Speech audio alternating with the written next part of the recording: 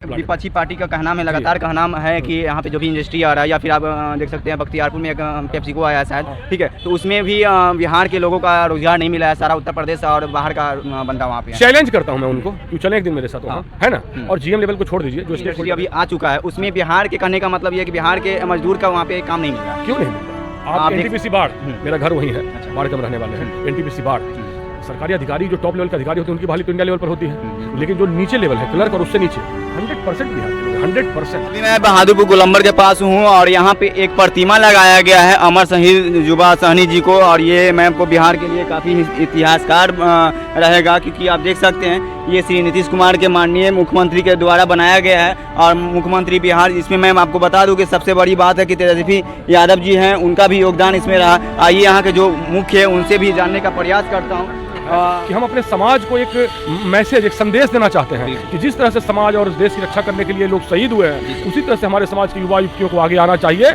और अपने अलावा समाज की रचना, हमारे देश और राज्य की रचना का भी ध्यान दिया जाना चाहिए। तो हमारे मुख्यमंत्री महोदय हमेशा से बिहार में क्रिएटिव काम करते रहे हैं, हजारों ऐसे काम किए हैं, और मुझे गर्व महसूस होता है ये बताते हुए कि छोटे बड़ा पुल पुलिया बता दीजिए तो कम से कम 4000 पुल पुलिया माननीय श्री नीतीश कुमार जी ने बनवाया। ये भाजपा की तरह ढोंग नहीं करेंगे। क्यों? भाइयों में मानो 1.25 लाख करोड़ दे दिया इसी गांधी मैदान में। हमेशा बोलते हैं बिहार को 1 रुपया भी देने का काम नहीं किया। सिर्फ झूठ की कहानी है। गुजरात के 4-5 व्यापारी हैं जो अभी सत्ता में बैठ गए हैं। अब इस भूल में नहीं रहिएगा कि कोई राजनीति पार्टी थी। अटल जी के साथ बीजेपी का अंत हो गया, और आडवाणी जी के साथ अभी जो आप लोग जो देख रहे हैं, इसमें मात्र और मात्र सिर्फ 2 आदमी हैं। एक माननीय मुख्यमंत्री नीतीश कुमार जी और दूसरा शिव शंकर निषाद जी, तीसरा कोई नहीं है, मैं भी नहीं हूँ। मैं अपने बात क्या होती है कि बिहार ही नहीं, बिहार में तो 10 साल मुख्यमंत्री में रहे, ये सरकार में रहा बीजेपी, 8 साल से वहाँ केंद्र में है। आप हमको बताइए, बिहार के नागरिक होने की वजह से क्या एक कंपनी देने का काम प्राइवेट काम किया है? बिल्कुल नहीं। रेलवे के बेचकर, बैंक को बेचकर, जो बिहारी लड़का छात्र छात्रा अपनी प्रतिभा से परीक्षा पास करते हैं, उसको भी खत्म करने का। जब परीक्षा होगा ही नहीं तो पास कहाँ करोगे? सही बात। यही बीजेपी। क्यों? मैं बताता हूँ, मैं एक इंजीनियर हूँ और मैं सारे खेल को समझता हूँ। ये चाहते क्या है? बिहार में भयंकर बेरोजगारी हो जाएगा तो अडानी के गोदाम पर 5000 रुपया में दिन भर लड़का खड़ा रहेगा बिहार का। ये होने वाला नहीं है। ये पूर्ण रूप से मैसेज दे रहे हैं हम लोग, बीजेपी का यहाँ मोदी जी का दाल नहीं गलने वाला है। बिल्कुल, जिस तरह से बीजेपी का बिहार पे आप देख सकते हैं अत्याचार किस तरह से हो रहा है, रोजगार के मामले में हो या फिर ये बेरोजगार या फिर विकास के मामले में हो, अत्याचार के खिलाफ आगे आते हैं और अपना नाम गांधी मैदान में कई बार आकर के अपना भाषण में आप देख सके होंगे कि किस टाइप से भाषण दिए हैं। अब बाकी जो आप देख सकते हैं पटनावासी का क्या बयान है, आप कुछ बोलना चाहते हैं? बिल्कुल सर, बिल्कुल। हम सभी लोग बिहार राज्य के नागरिक हैं। मैं भी इंजीनियर हूँ, मैं अपना परिवार अच्छे से चला रहा हूँ, लेकिन हम लोग को ये सोचना चाहिए कि हमारे राज्य की जनता किसी गरीबी से तड़प रही है, हमारे जनता भयंकर बेरोजगारी से तड़प रहा है। क्या रोल है प्रधानमंत्री का? क्या योगदान है? आज बताइए, भारत में 40 में 40 सीट लोकसभा का बिहार में प्रधानमंत्री के पास था। एक अस्पताल खोलने का काम नहीं किया। हजारों अरबों खरबों रुपया वैक्सीन के नाम पर गुजराती कंपनियों को देने का काम किया गया। अच्छा सर, एक चीज और मैं आपको यहाँ पे आपको हो सकता है बुरा भी लग सकता है, अभी महागठबंधन का सरकार चल रही है। महागठबंधन की सरकार चल रही पिछले 5 साल से देख सकते हैं कि अभी तक कोई कंपनियां नहीं आई है बाहर की। क्या रीजन हो सकता है? मैं 2 बात बताता हूँ। महागठबंधन की सरकार तो आई हो मुश्किल से, ये लग रहा है 3-4 महीने, 6 महीने हो रहा है। पहले कंपनी आएगी, उससे पहले बिहार को पूरी तरह से तैयार किया जा रहा है। बिहार सरकार में जितनी वैकेंसी है, जबरदस्त तरीके से तेजस्वी यादव जी हो, चाहे हमारे माननीय मुख्यमंत्री, जो वैकेंसी निकाली जा रही है, और इस 4 महीने में तकरीबन 2.5 से 3 लाख जॉब दिया जा चुका है। उन्होंने जो बोला था 10 लाख जॉब दिया जाएगा, उस पर घनघोर काम हो रहा है। और उसके बाद बड़ी बड़ी कंपनी धीरे धीरे फतुहा की इंडस्ट्रियल एरिया, मुजफ्फरपुर इंडस्ट्रियल में आना चालू हो गया है, किए गए हैं। लेकिन उससे ही बड़ी जिम्मेदारी हमारे मौजूदा सरकार की है, जो जॉब दे रही है अपने युवाओं को। इतनी बड़ी संख्या में सिपाही की बहाली, शिक्षक की बहाली, मेडिकल में लेडीज के लिए नर्स की बहाली, डॉक्टर की बहाली बहुत बड़े तादाद में चल रहा है। तो ये तो सराहनीय कदम है। अभी यही देखिए ना भाई, बिहार के पावन धरती पे अंग्रेज के जमाने, अंग्रेज को भगाए 47 साल 48 साल तो बीत गए ना। अडवाणी जी भी रहे, अटल जी भी रहे प्रधानमंत्री। बिहार के पावन धरती पे किसी शहीद व्यक्ति का एक मूर्ति अर्पण किया गया। 2% यहाँ लाला जी, बुरा नहीं माने को, हम किसी जात का मैंने किसी जाति का हम अनादर नहीं कर रहे हैं। 2% फॉरवर्ड है यहाँ पर, और 14% हम अति पिछड़ा समाज के लोग हैं। आइए 2% वाले लोग हम अति पिछड़ा समाज को दबाना चाहते हैं। अभी हम युवा सहनी जी का अभी मूर्ति लगा ही है। कल 10 मार्च को माननीय मुख्यमंत्री जी को उद्घाटन करना बाकी है, और कुछ विरोध लोगों को आ रहा है। तो हमें उससे कोई दिक्कत नहीं है। हम इससे बिल्कुल नहीं, हम तैयार हैं। हम अपने अग्नि दहन देने के लिए हम तैयार हैं। हमें कोई नहीं आने वाला। हम सब लोग बिहार के हैं प्रथम, मान लीजिए हम फॉरवर्ड हैं, मान लीजिए पिछड़ा की पिछड़ा हो, क्या इनके बिना हम लोग रह लेंगे? मेरा गाँव में 10 बीघा खेत है, कौन करता है? मैं तो जॉब कर रहा हूँ।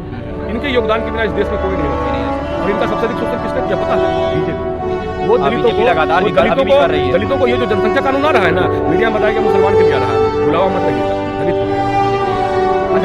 एक चीज़ और सर, हमारे बिहार में जो भी इंडस्ट्री अभी आ चुका है उसमें बिहार के कहने का मतलब ये है कि बिहार के मजदूर का वहाँ पे काम नहीं मिल रहा है। क्यों नहीं मिल रहा? आप एनटीपीसी बाढ़, मेरा घर वहीं है, बाढ़ के रहने वाले हैं। एनटीपीसी बाढ़, सरकारी अधिकारी जो टॉप लेवल के अधिकारी होते हैं उनकी बहाली तो इंडिया लेवल पर होती है, लेकिन जो नीचे लेवल पर उससे नीचे 100% पश्चिम पार्टी का कहना है, लगातार कहना है कि यहाँ पे जो भी इंडस्ट्री आ रहा है, या फिर आप देख सकते हैं बख्तियारपुर में एक PepsiCo आया शायद, ठीक है, तो उसमें भी बिहार के लोगों का रोजगार नहीं मिला है, सारा उत्तर प्रदेश और बाहर का बंदा वहाँ पे। चैलेंज करता हूँ मैं उनको, चले एक दिन मेरे साथ, है ना? और GM लेवल को छोड़ दीजिए, जो स्टेक होल्डर है, जो पैसा लगाया है, उसमें कुछ लोग तो रहेंगे, क्लर्क और उससे नीचे जितना है सब बिहार के। टेक्निकल पोस्ट जो होता है वो तो भाई ऑल इंडिया पर बहाली निकलती है, जो परीक्षा पास करे उसको हम लेंगे, वो ऐसे नहीं होता टेक्निकल पर। लेकिन जो नॉन टेक्निकल पर है उसमें 100% लोकल हमारे बिहार के लोग भरे हुए हैं। 100 एनटीपीसी बाढ़, इतना बड़ा प्रोजेक्ट एनटीपीसी का बाढ़ में जाके देख लीजिए। तो ये चीजें कोई छिपाने की बात नहीं रह गई। अति पिछड़ा और फॉरवर्ड जानते हैं, मैं फॉरवर्ड, लेकिन मैं दावे के साथ कहता हूँ मेरा अति पिछड़ा लेकिन हमारा गुजारा नहीं। उनको सर जो लोग ऐसा कहते हैं वो मोदी के दलाल हैं, वो फॉरवर्ड नहीं है। आप उनसे पूछिए कि उनका खेत कौन देता है, उनको अनाज कौन देता है, उनको पानी कौन देता है? इनके बिना हम रह पाएंगे क्या? और सबसे मजबूत कोई है दलित, और अगर कोई ऐसा फॉरवर्ड कहा है तो हम उसकी निंदा करते हैं। हमको कहीं से भी सबको लेके चलना है, हमारा बिहार मजबूत है और इसको मजबूत रखना है। ये तोड़ने ताड़ने की जो नीति है ना, ये मोदी जी की। जिस तरह से दलितों का शोषण मोदी जी किए हैं, जो भी उनको मनरेगा का सामान मिलता था सब कम कर दिया, सब कुछ मजदूरी घटा दिया, ओवर टाइम बढ़ा दिया और इतना नुकसान किया है। और सर अभी हमारे बिहार में आप देख सकते हैं कि गैस सिलेंडर किस तरह से बढ़ रहा है लगातार, ठीक है, यही मेरा कहना लगातार बढ़ रहा है। तो क्या आने वाले समय में हमारे उन गरीबों को क्या मतलब कि जेडीयू की तरफ से क्या हेल्प होने वाला है? मैं आपको बता देता हूँ। गैस सिलेंडर ये तो केंद्र का काम है ना, कितना निरंकुश है। निरंकुश किसको कहते हैं? जो एकदम दुश्मन समाज का। गरीब गुरबा लोग के लिए कितना बड़ा कहर है? 1200 रुपए का सिलेंडर, 1250, ठीक है। कहर कितना बड़ा कहर है? आटा पर टैक्स, कलम कॉपी पर टैक्स, किताब पर टैक्स, कलम पर टैक्स। तो सरकारी स्कूल को बंद करना साजिश के तहत, क्यों साजिश के तहत बंद करना? कि अगर हम उसको बंद कर देंगे सरकारी स्कूल में तो पिछड़ा बच्चा पढ़ेगा कहाँ? और जब नहीं पढ़ेगा तब तो वो गरीब बन के हमारे यहाँ 5000 रुपए पर दिन भर खड़ा रहेगा। इससे तो अति पिछड़ा को ये समझना चाहिए कि हम अगर एक वोट उसको दे रहे हैं तो अपनी पीढ़ियों के लिए हम नुकसान कर रहे हैं। वोट देना मौजूदा काम के लिए नहीं होता है, वोट देना अपनी पीढ़ियों का भविष्य बनाने का काम। आप उसको गुलाम बना रहे हैं। आप मोदी जी से पूछिए कि 2014 से पहले जो भारत में 10 लाख मंदिर था, तो आप हिंदू धर्म का ठिका लिए हैं क्या? हजारों साल से बिहार में छठ पूजा हो रहा है, दुर्गा पूजा हो रहा है, दीपावली हो रहा है, इसमें मोदी जी क्या कर देंगे? तो दलित भाइयों से मैं निवेदन करता हूं कि बीजेपी को सोच समझ के दीजिएगा। अगर सरकारी स्कूल और सरकारी अस्पताल बंद हो गया तो एक सुआ के बिना मर जाइएगा। सर एक चीज़ और मैं पूछना चाहता हूं, अभी बिहार सरकार जो है मैं बता दूं कि बिहार सरकारी जो स्कूलें हैं उसमें कहीं ना कहीं तो शिक्षा पे अभी मतलब गिराव, मतलब उस तरह से शिक्षा का नहीं दिया जा रहा है, जिसके कारण जो है हमारे बिहार के बच्चे अशिक्षित रह जा रहे हैं। उसमें क्या कहना? लेकिन मेरा कहना क्या है कि बिहार एक बहुत बड़ा राज्य है। पहला बात है बहुत बड़ा राज्य है और बहुत बड़ा राज्य होने की वजह से हजारों स्कूल है। अब उसमें कुछ 2-4 गलती हो गया, उसको निकाल के बीजेपी वाला मीडिया पर तो कब्जा करके रखा है। तुम लोग की तरह स्वतंत्र मीडिया तो है नहीं, बीजेपी का जो बड़ा मीडिया उस पर कब्जा करके रखा है। 2-4-10 स्कूल को बीजेपी वाले बोलो कि तुम एक अच्छा स्कूल बना के दिखा दो भाई, हम मान जाएंगे। हजारों स्कूल बिहार में प्राइवेट सरकारी चल रहा है, हजारों, और हजारों स्कूल में अगर 2-4 गलती हो भी गया तो क्या गलत है भाई? आप बना के दिखाइए। आपने बिहार को कितना स्कूल दिया 8 साल में? आपने बिहार को कितना कॉलेज दिया 8 साल में? आपने बिहार को क्या फैक्ट्री दिया मोदी जी ने? कुछ नहीं। और आप पता करो कि गुजरात में कितनी फैक्ट्री खोली गई 8 साल में, किस तरह से बिहार का शोषण किया और बिहार के लोगों ने दुर्भाग्य से उसको वोट दिया धर्म के नाम पर। तो ये दलित समाज को समझना होगा। अगर उनकी लड़ाई उनको खुद लड़नी होगी, कोई और नहीं लड़ेगा। सही बात, ये बात आप मान लीजिए। आज उनको भरोसा करना पड़ेगा ना भाई, जो हमारा नेता अच्छा हो, जो संविधान के साथ खड़ा हो। बिल्कुल। और अभी मैं यहाँ बहादुरपुर गोलंबर से इंटरव्यू ले रहा था और मैं उन सारे बिहार वासियों से भी निवेदन करना चाहता हूँ, आने वाले इलेक्शन में आप जाति के नाम पे वोट ना दे।